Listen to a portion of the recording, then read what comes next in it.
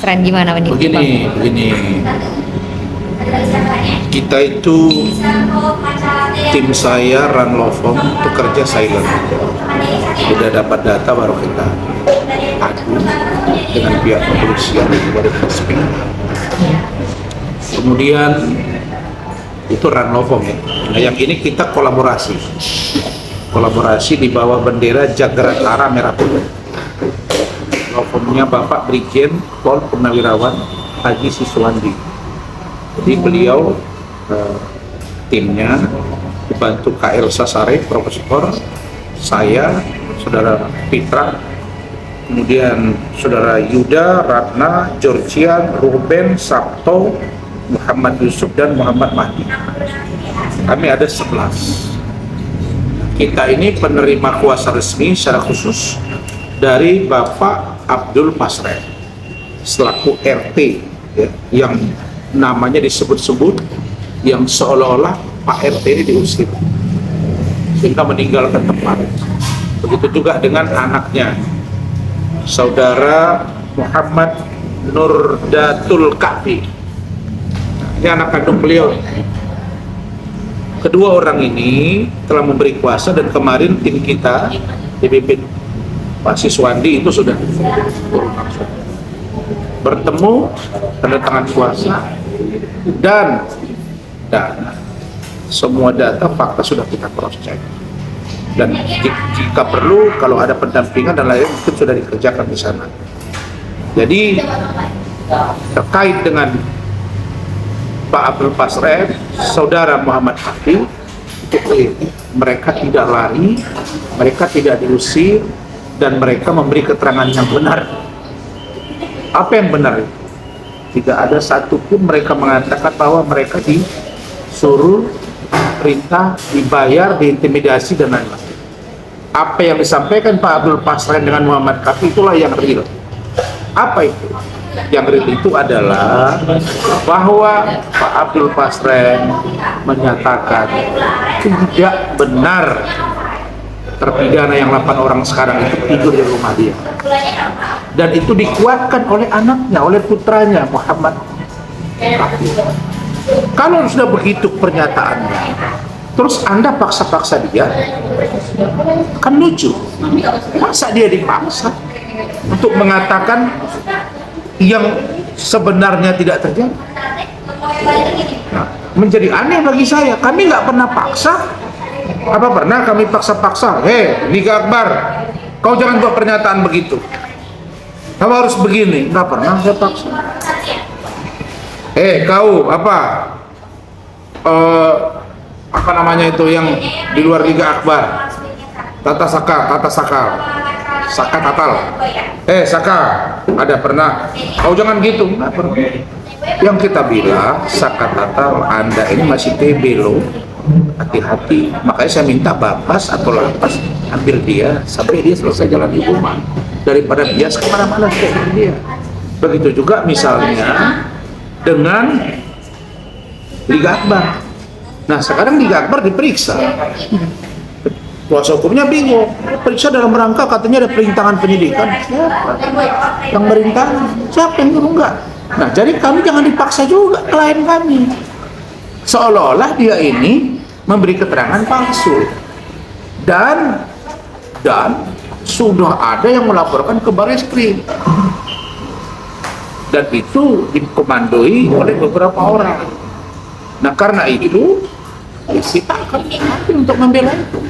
Ya sudah, kalau mereka melaporkan artinya mereka yang patut diduga menuduh. Kalau mereka yang menuduh maka mereka kalau mereka yang mendalilkan maka mereka harus membuktikan. Kita mendalilkan, ya sudah buktikan. Kita menuduh, ya buktikan. Ya dong. Nah jadi apa yang didalilkan itulah yang harus begitu. Bang, tapi kan untuk yang di Pasren, anaknya Pasren sendiri yang mengakui kalau dia memberikan kesaksian palsu. Jadi dia sendiri yang mengakui nih Bang. Sedangkan Senin kemarin kan memang diperiksa ditemani oleh Deddy Mulyadi sebagai kesaksian palsu. Tanggapannya Bang? Nah juga itu mungkin si Muhammad Kahfi ini pada waktu itu masih labil ya. Makanya saya juga heran kenapa kok Pak Deddy Mulyadi ini kan anggota DPR RI ini, mantan bupati. Kalau nggak salah saya bupati apa tempatnya ini? Purwakarta. Ini kan Cirebon. Purwakarta. Nah, sekarang info-infonya mau maju calon gubernur Jawa Barat. Apa nggak ada hubungannya ke sana? Nah, maksud saya kan anggota DPR bisa komunikasi dengan Pak Kapolri, dengan Pak Kapolda Jabar. Kenapa mesti belok? Maksud saya belok dalam pengertian datang sana, datang ke sini. Nah, sudah. Kami mencurigai Pak Deddy ini maunya apa gitu. Kan paham tugas anggota DPR. Memang tidak salah dia turun kemana-mana, bagus, tapi dia harus juga punya logika yang dibangun supaya rakyat terang. Kalau penjelasan dari Muhammad Kahfi kemudian Pak Abdul Pasren tentu sinkron dong. Nanti akan kita lihat seperti apa. Nanti di pemeriksaan kan kita lihat. Kalau memang polisi menganggap ini perlu ditindaklanjuti, ya kalau tidak juga jangan dipaksakan. Tapi yang pasti kami akan jaga bahwa keterangan Pak Abdul Pasren dengan keterangan saudara Muhammad Kahfi itu sinkron. Abang, tapi sebagai kuasa hukumnya nih, sebenarnya bagaimana sih Bang ceritanya kronologis pada malam itu gitu? Karena kan mereka sendiri bilang, oh 8 terpidana ini nginep, oh ternyata enggak, saya sabut kesaksiannya. Tapi sebelum dia nginep pun dia juga bilang kalau sebenarnya mereka nggak di situ nongkrong segala macem, akhirnya mereka jadi ditahan. Sebenarnya tuh gimana Bang pada malam itu? Yang perlu kita ingat, mereka ini kan katanya ya, sebelum pergi ke rumah itu mabuk-mabuk dulu, kan begitu ya? Iya. Kan mabuk-mabukan dulu. Minum dulu. Anda tahu kalau orang mabukan, sadar nggak? Nggak sadar kan? Saya tanya, orang mabuk, dia pergi jalan, di tengah jalan dia nggak sadar. Banyak orang mabuk ketabrak. Saya anehnya kalau orang lagi mabuk, nyabu atau apa, tapi datang polisi nangkap, dia sadar. Oh ya. Biasanya sadar itu. Tapi kalau lu itu dia nggak sadar. Nah makanya saya aneh aja gitu. Orang mabuk, pertanyaannya, kalau orang mabuk rame-rame melakukan kejahatan mungkin nggak? Mungkin dong, sangat mungkin, karena tidak sadar. Tapi seolah-olah yang mabuk ini sekarang di mata kami ini oleh para pembelanya seolah-olah ini orang-orang baik semua, tapi mabuk dulu baru ke sini, kan gitu, benar nggak? Kan benar keterangan saya nih. Nah, kalau mereka mabuk, kira-kira keterangannya bisa nggak? Tentu perlu di cross check. Tidak juga kita katakan tidak benar, perlu di cross check. Tetapi keterangan dari Pak RT, mereka tidak nginap di situ. Titik sampai di situ, nggak bisa digeser-geser. Nah, kalau tidak percaya, uji lie detector. Kalau apa, lihat dengan pembuktian yang lain. Ini sekarang mengembang cerita bahwa seolah-olah dia diusir. Diusir kapan? Nggak ada. Dia mana-mana aja. Karena dia saksi penting di kasus ini, maka dia kita jaga. Karena dia dilaporkan di Barreskrim dengan Muhammad Kahfi, maka kita bantu secara hukum. Tugas lawyer itu adalah memberi nasihat, jadi juru bicara, dan menjaga hak-hak dari klien. Jangan sampai didiskriminasi, diintimidasi, agar dia bicara apa adanya, bukan ada apanya. Gitu. Oke Bang, ini tadi kita balik lagi ke Pak Deddy ya. Kalau Pak Deddy sendiri kan yakin banget ya kalau Pak RT berbohong ya. Berarti kembali lagi seperti statement Abang atau gimana Bang? Bang Deddy, Pak Deddy sendiri. Maka saya bilang, saya ini agak heran juga. Pak Deddy ini kan sampai keliling kemana-mana. Ketemu Pak Jenderal Anton Carlian, kan begitu ya? Yes. Pergi ke tempat Pak Otto Hasibuan. Cuma ke saya dia nggak datang. Kalau Pak Deddy mau ketemu saya pun senang sekali saya. Biar kita bedah. Kenapa? Karena kasus ini sederhana, tapi jadi bias kemana-mana. Bayangkan ya, proses penyidikan, proses pemberkasan, sampai penuntutan, sampai vonis, semua normal. Bahkan Titin selaku pengacara Saka Tatal ketika dihukum 8 tahun, dia protes, diajukan upaya hukum keberatan dengan vonis. Dia nggak ada persoalkan salah tangkap. Dia nggak pernah ceritakan masalah dipukul, dianiaya segala macam. Kok nggak ada?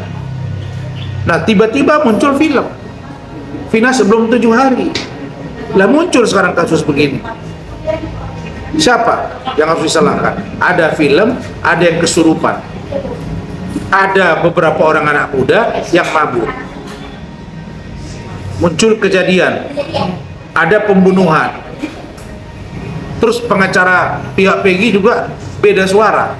Ketika di iNews kemarin saya jelaskan kepada kalian, dia cerita di sana Marwan, dia dugaannya katanya kecelakaan. Tapi pengacara yang lain, Mokhtar, saya lihat di iNews TV kemarin dengan Pak Anton Carlian dialog atau talk show mengatakan pembunuhan. Mana yang benar? Ya kalau kami ini ada tim 11 orang, kita jelas irama kita satu. Yang kita pahami adalah ini adalah pembunuhan dibarengi dengan pemerkosaan. Masalah DNA dan lain-lain itu lebih kepada limitasi waktu. Tapi yang pasti ingat ya, Pak RT sehat-sehat, Muhammad Kafir sehat, gak ada masalah, Pak Rudiana sehat, oke, Pak Suroto sehat, kliennya Pak Yogi Aksdian, pengacara 2016 juga sehat. Nah kita tidak langsung preskon begitu dapat, enggak, kita silent. Itu tandanya kita hati-hati, gitu. Oke. Nah, Bang, ini kan keluarga terpidana itu yang ngelobi Pak RT sendiri nih buat cerita gitu kalau sebenarnya tuh mereka Kata siapa? banyak berita yang bilang gitu, gimana Bang tanggapannya? Oke. Nggak benar berarti Itu ya, Bang? harus ada pengakuan dari ada orang yang menyaksikan, ada orang yang mendengar. Siapa yang membujuk? Keluarga terpidana. Hah? Keluarga Iya, terpidana atau keluarga iya. korban?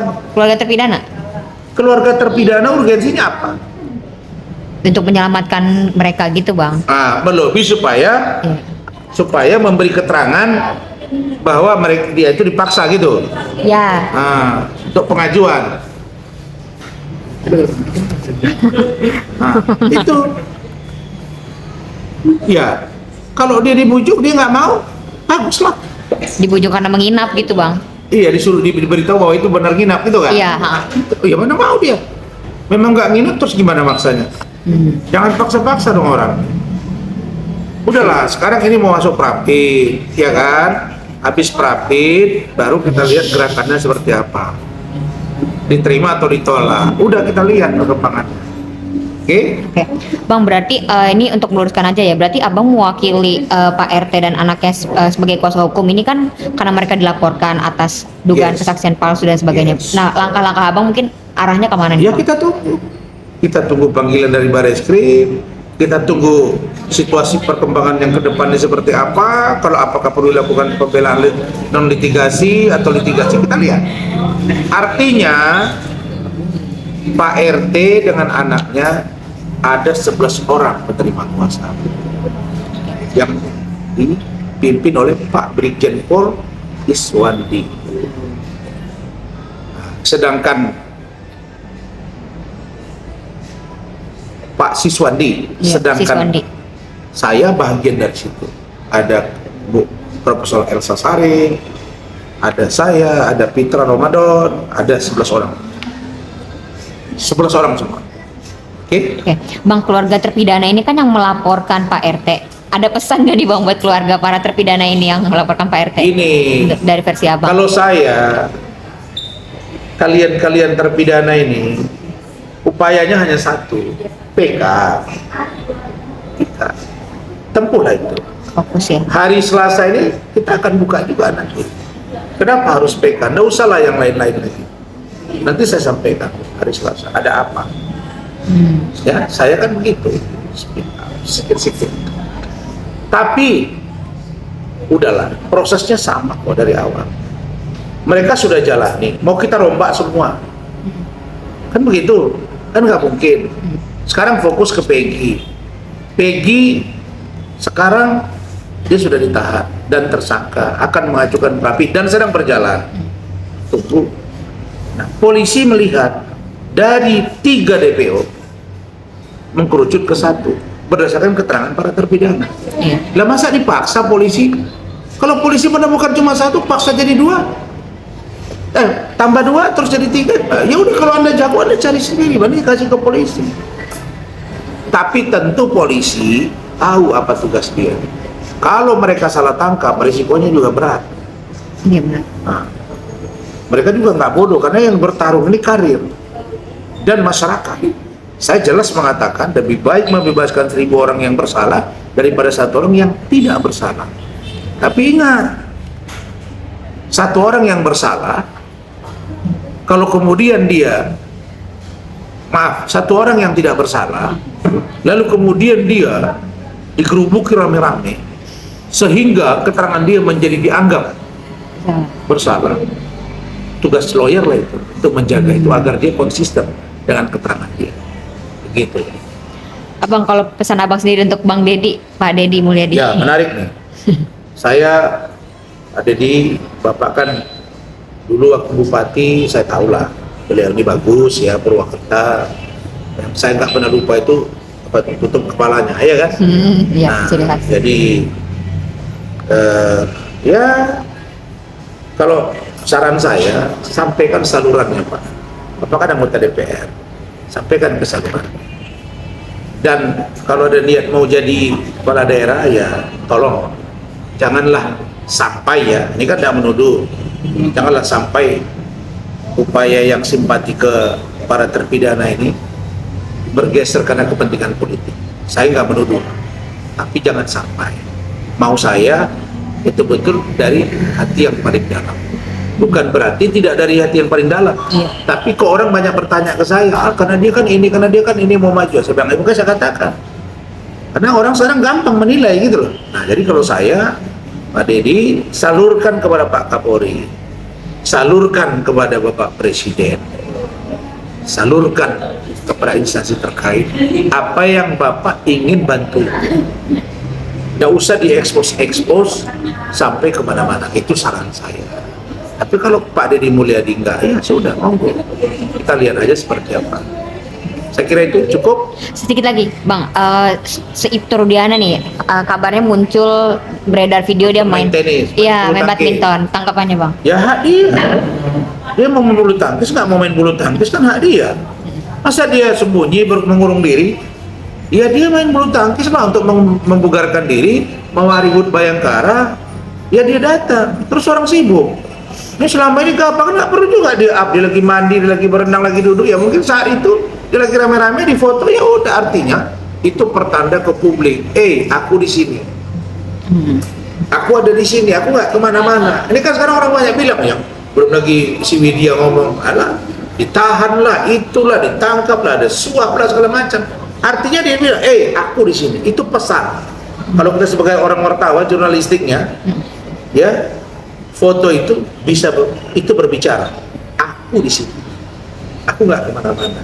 Artinya dia dalam keadaan dada, tenang bekerja. Tentu sebagai seorang manusia, anak meninggal masih ada pikiran. Tapi di luar itu dia mengatakan, aku baik-baik. Walaupun Propam Polri udah bilang kalau Pak Ibtu Rudiana ini nggak bersalah. Ya kalau dia keluar nanti kan dikejar-kejar media juga. Dia pusing kan. Oke. Apalagi dia penegak hukum, dia masih aktif. Tentu dia harus mendengar perintah atasannya, karena yang dijaga di sisi Polri. Jangan melebar kemana-mana. Jangan kayak mantan pejabat tinggi Polri itu gitu. Malah hampir tiap hari nyerang Polri gitu. Aneh juga saya gitu. Oke? Terakhir janji, Bang. Nah, ini kan ada Peggy asal Cianjur, Pak. Katanya muncul, dia bikin klarifikasi. Menurut Abang ini perlu diperiksa polisi nggak? Nggak mesti. Nggak perlu. Tapi dia bikin Saya hanya klarifikasi, akan Bang. mendesak nanti Suroto diperiksa. Sekali lagi saya dampingi supaya dia menjelaskan TKP yang 3 itu di sini gitu loh. Biar jangan salah-salah, supaya orang tidak salah. Dan bagaimana cerita ke rumah sakit nanti kita kronologikan dengan terang. Sehingga pesan saya adalah kasih kesempatan kepada Polri mengusut ini, kasih kesempatan kepada Hakim Tunggal untuk memutus Rapid ini, dan biarkan Polri, dalam hal ini pengawasnya Kompolnas, Komisi Kejaksaan, Komnas HAM, Komisi Yudisial mengawasi. Tentulah harapan kita terlihat siapa pelaku yang sesungguhnya. Begitu vonis hakim diketok, maka kita harus nurut. Sama'an wa ta'atan. kita dengar, kita patuhi. Jelek-jelek, inilah Indonesia. Kita harus memperbaiki. Jelek-jelek institusi Polri, itu ada oknumnya, kita perbaiki. Jelek-jelek institusi kejaksaan, itu oknum, kita perbaiki. Jelek-jelek institusi kehakiman, kita perbaiki. Itulah kita, tugas kita. Dan memang belum ada yang sempurna, tapi relatif sudah lebih baik penegakan hukumnya, dan itu harus kita apresiasi. Oke, thank Siap. you.